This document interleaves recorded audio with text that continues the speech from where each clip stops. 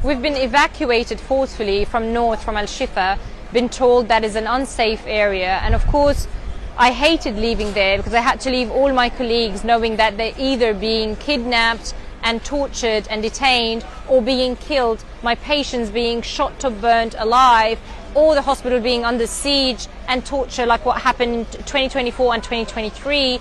And all of these people, I know them and we worked with them. But after they evacuated us saying we're going to a safer place, we came back to Shifa Al-Aqsa Hospital, which is in the south or middle area of Gaza. We were bombed inside the hospital the first day that we arrived. Of course, I haven't been on social media because I've been extremely busy and I've been unwell myself, but they've bombed us in our green tent that we treat patients in and near the journalist tent because the journalists are a target.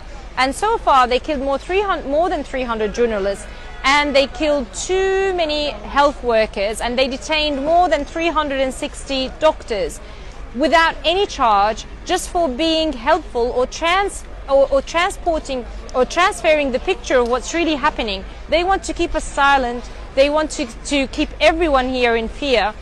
The situation here in Shifa Al-Aqsa is terrible. It's a hospital that only has a capacity for 200 beds. Now we have more than 700 inpatients, and all the people who evacuated from north, they lost their houses, they lost their limbs, they lost everything, and they can't leave the hospital. And we're just building a tent after a tent to take more patients in. The starvation has been worse, and since then we've been bombed several times.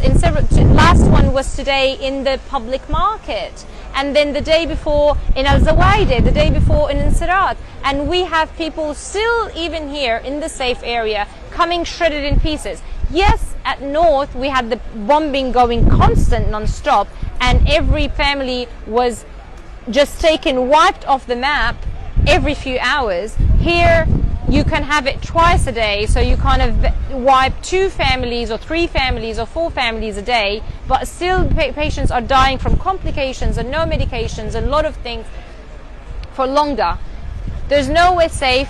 My patients who I've seen north, I've seen them here, and some of them, they've been killed already, and some of the family members and the mums have been telling me we escaped north to escape death, but they've now killed us in south. So we left our houses and everything we have, and we came with a tent or with no tent at all, and they still killed us here. There's nowhere safe. You can't trust them. This occupation system is being a horror, a monster, something that I cannot describe. I can't describe anything worse than what they're doing in every perspective.